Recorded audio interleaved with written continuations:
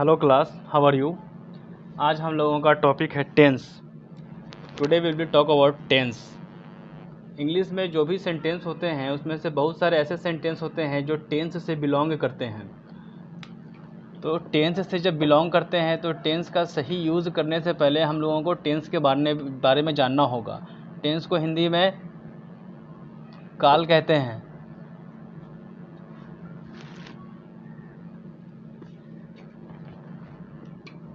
Tense का अगर definition देखा जाए तो tense is also known as time.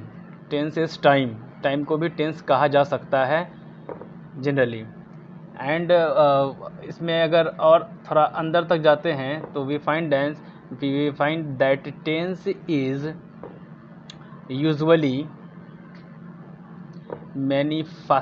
manifested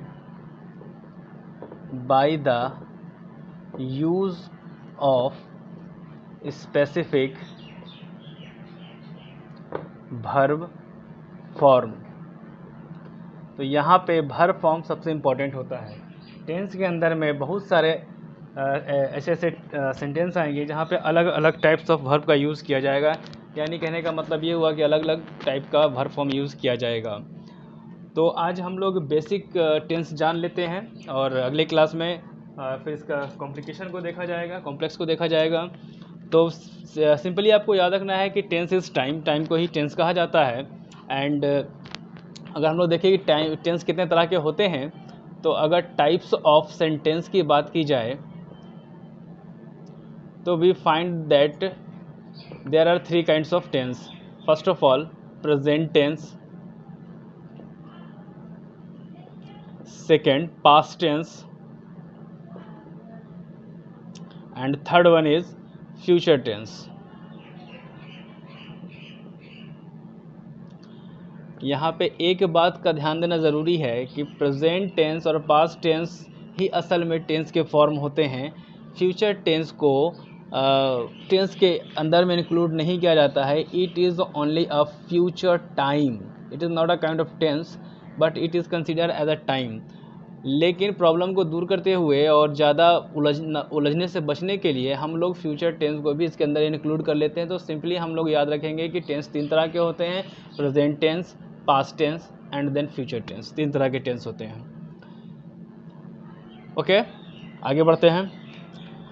तो प्रेजेंट टेंस के अंदर में सबसे पहला हम लोगों को मिलता है प्रेजेंट टेंस। प्रेजेंट टेंस को हिंदी में कहते हैं वर्तमान काल।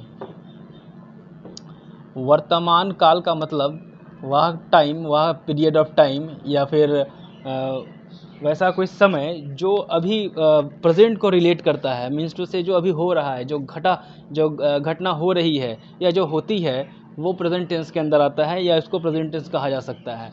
तो प्रेजेंट टेंस के अंदर भी इसके कुछ फॉर्म्स हैं। तो प्रेजेंट टेंस के अंदर में हम लोगों को 4 तरह का प्रेजेंट टेंस मिलता है। सबसे पहला मिलता है simple present tense.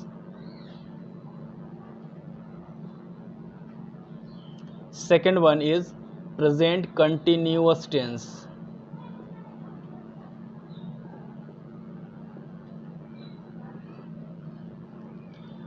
Third one is present perfect tense।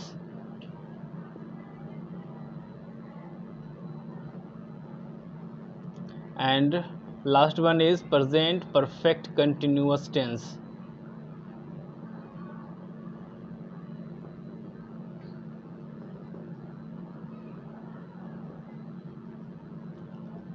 तो आप लोग इसको याद कर लेंगे। प्रेजेंट टेंस 4 तरह के हो गए। सबसे पहला सिंपल प्रेजेंट टेंस, दूसरा प्रेजेंट कंटिन्यूअस टेंस, तीसरा प्रेजेंट परफेक्ट टेंस और चौथा प्रेजेंट परफेक्ट कंटिन्यूअस टेंस।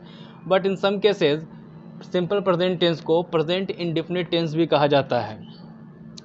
कहीं कहीं पे आपको मिलेगा present indefinite tense, right a sentence of present indefinite tense. तो वहाँ पे कंफ्यूज नहीं होना है, याद रखना है कि सिंपल प्रेजेंट टेंस को ही प्रेजेंट इंडेफिनिट टेंस भी कहा जाता है। I repeat once again, simple present tense को ही प्रेजेंट इंडेफिनिट टेंस कहा जाता है। Second one is present continuous tense. Present continuous tense को प्रेजेंट इम्परफेक्ट टेंस भी कहा जाता है, and it is also called present progressive tense also. इसको प्रेजेंट प्रोग्रेसिव टेंस भी कहा जा सकता है। तो प्रेजेंट कंटिन्यूअस टेंस को हम लोग प्रेजेंट इम्परफेक्ट टेंस कहेंगे और प्रेजेंट प्रोग्रेसिव टेंस कहेंगे। And last one is present perfect continuous tense, it is also called present perfect imperfect tense. I repeat again, it is also called present perfect imperfect tense. So we come to know that there are three types of tense: present tense, past tense, future tense. And then present tense is divided in 4 forms: simple present tense, which is also called present indefinite tense; second, present continuous tense, which is also called present imperfect tense; and sometimes it is also called present progressive tense. Then last one is present perfect continuous tense. It can be considered as present perfect imperfect tense also. I hope आप लोगों को समझ में आ गया होगा। अब हम start करते हैं सिंपल प्रेजेंट टेंस से, यानी कि प्रेजेंट टेंस का जो पहला हिस्सा है simple present tense, which is also called present indefinite tense. तो अब हम लोग प्रेजेंट इंडेफिनिट टेंस, या you can say that present perfect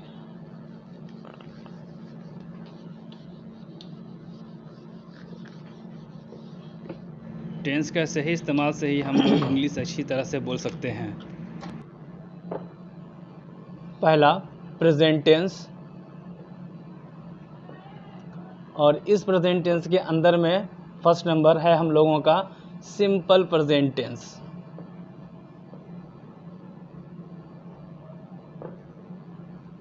जिसको प्रेजेंट इंडेफिनिट टेंस भी कहा जाता है, याद रखना है।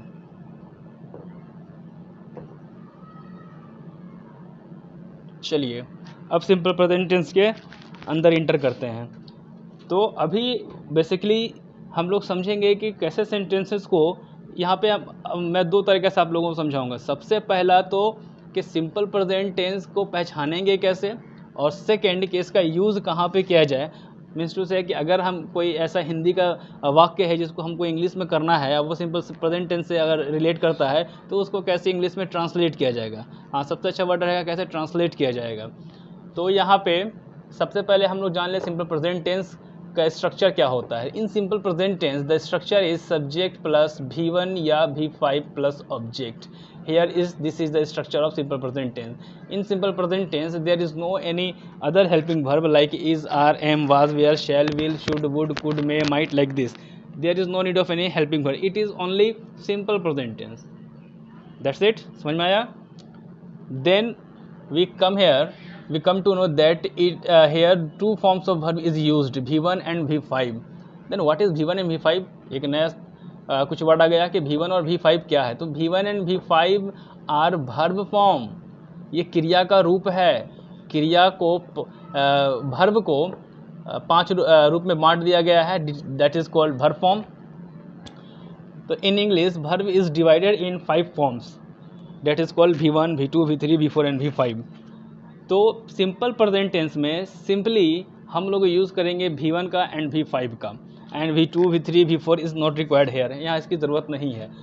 तो V1 से V5 में कन्वर्ट करने के लिए हम लोग एस या ES का यूज़ कर लेते हैं। अगर हमको V1 को या V1 को V5 में कन्वर्ट करना है, चेंज करना है, तो वहाँ पे सिंपली हम लोग ES या S का यूज़ कर लेते हैं।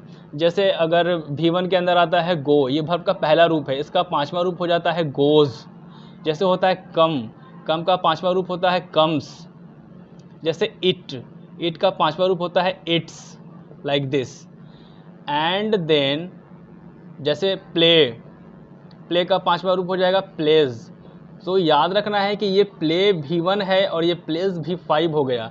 मैं वर्ब फॉर्म पे इसलिए ध्यान दे रहा हूँ कि सिंपल प्रेजेंट टेंस में ये दोनों वर्ब यूज़ किया जाएगा, और जब तक ये दोनों वर्ब क्लियर नहीं होगा कि कैसे दोनों वर्ब बन रहा है या फिर दोनों क्या है, तब तक आप यूज़ नहीं कर पाएंगे। तो याद रखना है कि V1 को V5 में चेंज करने के लिए सिंपली हम लोग वहाँ पे एस या ES का यूज़ कर लेते हैं। फॉर एग्जांपल प्ले का हो जाएगा प्लेस V5 में, जैसे गो का हो जाएगा गोज़, कम का हो जाएगा कम, इट का हो जाएगा इट्स, मूव का हो जाएगा मूव, ड्रिंक का हो जाएगा ड्रिंक्स, ड्रिंक का हो जाएगा ड्रिंक्स, रीड का हो जाएगा रीड्स, लव का हो जाएगा लव्स, हेट का हो जाएगा hates, like this. And then जब हम लोग आगे बढ़ते हैं तो वी फाइंड, हम लोग को पता चल गया यहाँ पे कि यहाँ पे सिंपल प्रेजेंट टेंस में 2 वर्ब का यूज़ किया जाएगा, V1 and V5। And remember one thing, that is simple present tense में किसी भी तरह का हेल्पिंग वर्ब का यूज़ नहीं होता है, only V1 V5 is used here. Move on next. ये इसका अफर्मेटिव था स्ट्रक्चर। अब कोई ऐसा वाक्य आ जाए जिसको इंग्लिश में ट्रांसलेट करना है और वो रिलेट करता है सिंपल प्रेजेंट टेंस से, तो कैसे पहचानेंगे कि कोई सेंटेंस सिंपल प्रेजेंट टेंस का है, कैसे मान लें उसको? तो वहाँ पे ध्यान देना है कि उस सेंटेंस के अंत में, उस वाक्य के अंत में अगर हम लोगों को ये मिलता है जैसे ता है, ती है, ते हैं, ये आ जाए, तो याद रखना है कि वो सिंपल प्रेजेंट टेंस से बिलोंग कर रहा है और प्लस उसके साथ वर्ब भी होना चाहिए। वर्ब का होना ज़रूरी है। वर्ब मतलब कि क्रिया का होना ज़रूरी है। अगर क्रिया के साथ साथ होता है, होती है या ताहे तीहे आ जाए तो समझ लेना चाहिए कि वो सिंपल प्रेजेंट टेंस से बिलोंग कर रहा है। अब जैसे ही सिंपल प्रेजेंट टेंस से बिलोंग कर रहा है, ध्यान में लाना है कि हम लोग को यूज़ करना है वहाँ पे V1 और V5 बिना किसी हेल्पिंग वर्ब के। स्ट्रक्चर ही होता है इसका सब्जेक्ट प्लस V1 या V5 plus object. After then for example, यहाँ पे एग्जाम्पल हम लोग ले लेते हैं, जैसे वह खेलता है, वह खेलता है, इसका इंग्लिश हो जाएगा ही प्लेज। मैं लिखता हूँ, आई राइट। अगर हो जाएगा राम खाता है,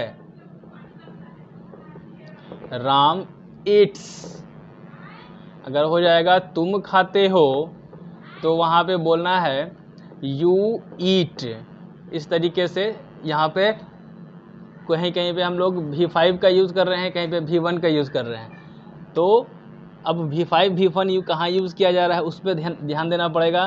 तो याद रखना है आप लोगों को कि फर्स्ट पर्सन का सिंगुलर और प्लूरल दोनों के साथ, सेकंड पर्सन का सिंगुलर और प्लूरल दोनों के साथ, और थर्ड पर्सन का प्लूरल नंबर के साथ सिर्फ हम लोग V1 का यूज़ करेंगे, और थर्ड पर्सन का जो सिंगुलर नंबर होता है उसके साथ हम लोग V5 का यूज़ करेंगे। जब भी कोई नाम आ जाए या वहाँ आ जाए, दिस आ जाए, डैट आ जाए, वो थर्ड पर्सन का सिंगुलर नंबर से बिलोंग करता है, तो वहाँ पे V5 का यूज़ किया जाएगा। तो यहाँ पे जो क्वेश्चन था वह खेलता है, इसमें वह थर्ड पर्सन का सिंगुलर नंबर है, तो हम लोगों ने यहाँ पे यूज़ किया प्लेज। उस तरीके से राम एक नाम है, नाम भी बिलोंग करता है थर्ड पर्सन के सिंगुलर नंबर से, तो यहाँ हो गया राम इट्स। जबकि तुम मतलब यू बिलोंग करता है सेकंड पर्सन के सिंगुलर प्लूरल दोनों से, इसलिए यहाँ पे हम लोग V1 ही यूज़ करेंगे। मैं बिलोंग करता है फर्स्ट पर्सन के सिंगुलर नंबर से, तो वहाँ भी हम लोग V1 यूज़ करेंगे। तो याद रखना है इसको कि अगर सेंटेंस में ताहे तीहे आ जाए और उसके साथ वर्ब हो, तो हम लोग वहाँ पे V1 V5 का यूज़ करके उसको सिंपल प्रेजेंट टेंस में ट्रांसलेट कर देंगे। और V1 V5 का यूज़ कहाँ पे किया जाएगा उसको याद रखना है कि फर्स्ट पर्सन के सिंगुलर प्लूरल नंबर के साथ, सेकंड पर्सन के सिंगुलर प्लूरल नंबर के साथ, और थर्ड पर्सन के ओनली प्लूरल नंबर के साथ हम लोग V1 का यूज़ करेंगे। और जो बचा थर्ड पर्सन का सिंगुलर नंबर, वहाँ पे सिर्फ V5 का यूज़ किया जाएगा। चलिए आगे बढ़ते हैं।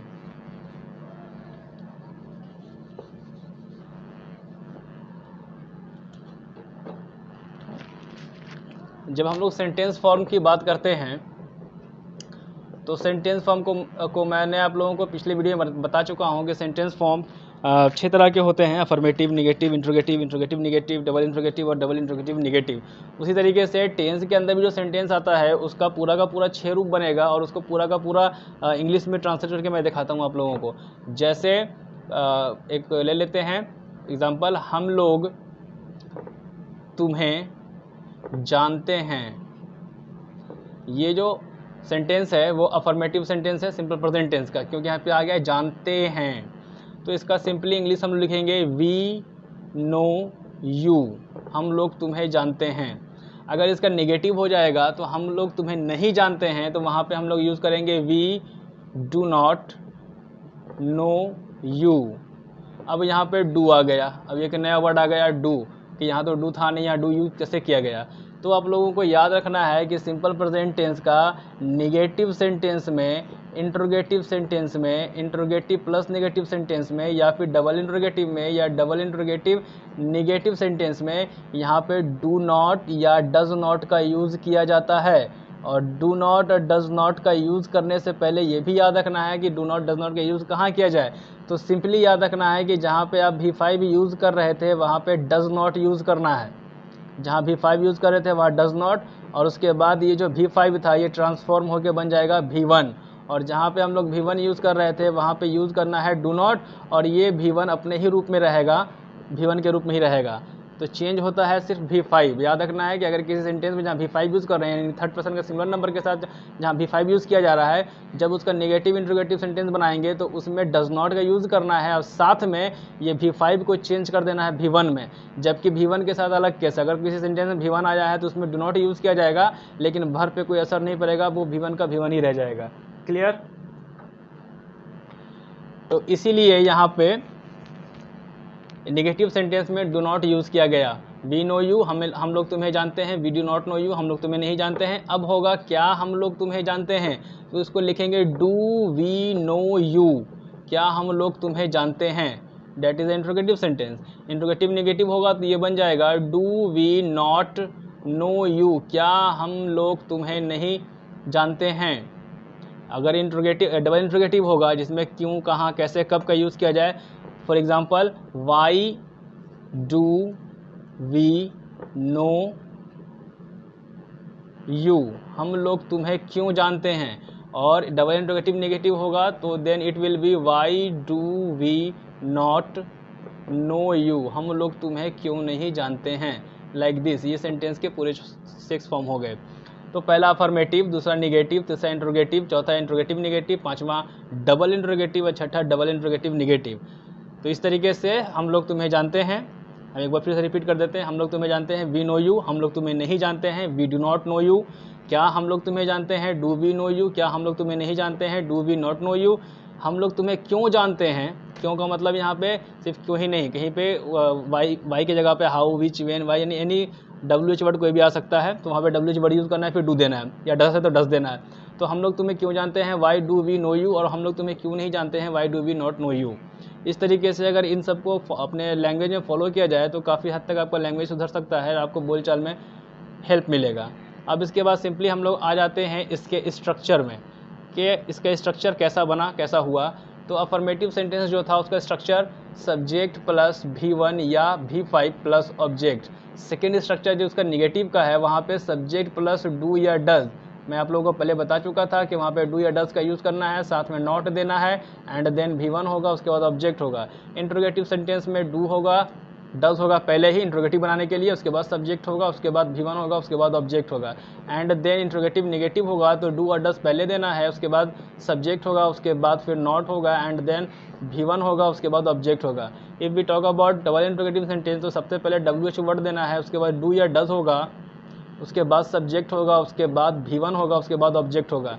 And then last one WH word, उसके बाद देना है डू या डज, उसके बाद सब्जेक्ट, उसके बाद नॉट, उसके बाद V1, उसके बाद ऑब्जेक्ट।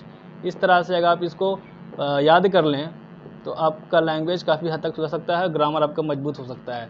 आई repeat once again, structure simple present tense का formative structure subject plus V1 या V5 plus subject, negative subject plus do does plus not plus V1 plus subject, interrogative do does plus subject plus V1 plus subject, interrogative negative do does plus subject plus not plus V1 plus subject, double interrogative WH word plus do does plus subject plus V1 plus subject, and then WH word plus do does plus subject plus not plus V1 plus object, like this. इसको अगर आप लोग याद कर लें, बढ़िया से समझ लें, तो आप लोगों का लैंग्वेज काफ़ी हद तक सुधर सकता है। एंड यहाँ पे वन थिंग याद रखना है कि V5 का यूज़ सिर्फ और सिर्फ अफर्मेटिव सेंटेंस में ही होता है। अफर्मेटिव को छोड़कर और किसी सेंटेंस में V5 का यूज़ नहीं होगा, सिर्फ का सिर्फ V1 अफर्मेटिव सेंटेंस में ही। अगर अफर्मेटिव सेंटेंस में अगर आपका सब्जेक्ट बन जाता है थर्ड पर्सन का कोई सिंगुलर नंबर, तो वहाँ पे आप V5 यूज़ करने के लिए आपको अलाउ है। लेकिन अगर अफर्मेटिव छोड़ के कोई भी सेंटेंस हो, नेगेटिव हो, इंट्रोगेटिव हो, इंट्रोगेटिव नेगेटिव हो, डबल इंट्रोगेटिव हो, या फिर डबल इंट्रोगेटिव नेगेटिव हो, तो वहाँ पे V5 यूज़ नहीं करना है। सिंपली आप लोग स्ट्रक्चर देखिए, अफर्मेटिव में मैंने V5 का यूज़ किया है, इसके बाद सब में नेगेटिव हो या डबल इंट्रोगेटिव नेगेटिव हो या फिर डबल इंट्रोगेटिव हो, एनीवन एक्सेप्ट अफर्मेटिव, इसको छोड़ के बाकी सब में V1 का यूज़ किया जाएगा। आई होप आप लोगों को समझ में आ गया होगा। नेक्स्ट वीडियो में मैं आप लोगों को प्रेजेंट कंटिन्यूअस के बारे में बताऊंगा। Thank you for watching, stay connect with us, thank you.